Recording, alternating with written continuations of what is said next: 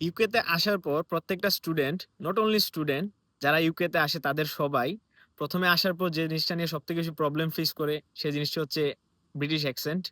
আপনার যদি আইএলস 8.5 বা মোর দেন দ্যাট থাকে, তারপরও তাদের অ্যাকসেন্ট বুঝতে আপনার অনেকটাই বেগ পেতে হবে। তো বাংলাদেশে যেমন বিভিন্ন জায়গায় বিভিন্ন ধরনের অ্যাকসেন্ট আছে, লাইক সিলেটের অ্যাকসেন্ট একরকম, ঢাকার অ্যাকসেন্ট একরকম, যশোরের অ্যাকসেন্ট একরকম, চট্টগ্রামের অ্যাকসেন্ট একরকম। তেমনি এখানেও তাদের বিভিন্ন জায়গার অ্যাকসেন্ট বিভিন্ন রকম হয়, লাইক স্কটল্যান্ডের অ্যাকসেন্ট একরকম হয়, ম্যানচেস্টার অ্যাকসেন্ট একরকম, বার্মিংহামের অ্যাকসেন্ট একরকম, লন্ডন অ্যাকসেন্ট একরকম। আবার যদি আপনি লিভারপুলে যান, ইউকের মধ্যে সব থেকে হার্ডেস্ট অ্যাকসেন্ট হচ্ছে তাদেরটা, যাকে স্কাউচ অ্যাকসেন্ট বলা হয় অ্যাকচুয়ালি।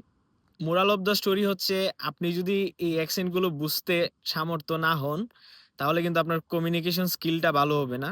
আর আপনি যদি জব ইন্টারভিউতে যান, আপনার যদি কমিউনিকেশন স্কিল ভালো থাকে, তাহলে কিন্তু কোম্পানি আপনাকে হায়ার করতে পারে, কারণ একটা কাজ আপনি শিখতে পারবেন। বাট যখন আপনি তাদের কথা বুঝবেন না, তখন কিন্তু তারা এই কাজটি আপনাকে শিখাতে পারবে না। তাই এই কমিউনিকেশন স্কিলটা বিল্ড আপ করা খুবই দরকারি। আপনারা যা করতে পারেন, অনেক মুভি আছে, লাইক আমি একটা মুভি রেকমেন্ড করতে পারি, পিকি ব্লাইন্ডার্স, এটা একটি ওয়েব সিরিজ। তো এখানে যে অ্যাকসেন্টটা আছে সেটা হচ্ছে কমপ্লিটলি বার্মিংহাম অ্যাকসেন্ট। আপনি এই মুভিটা দেখতে পারেন। তো এই ছিল কথা আর কি। তো ভালো থাকবেন, সুস্থ থাকবেন।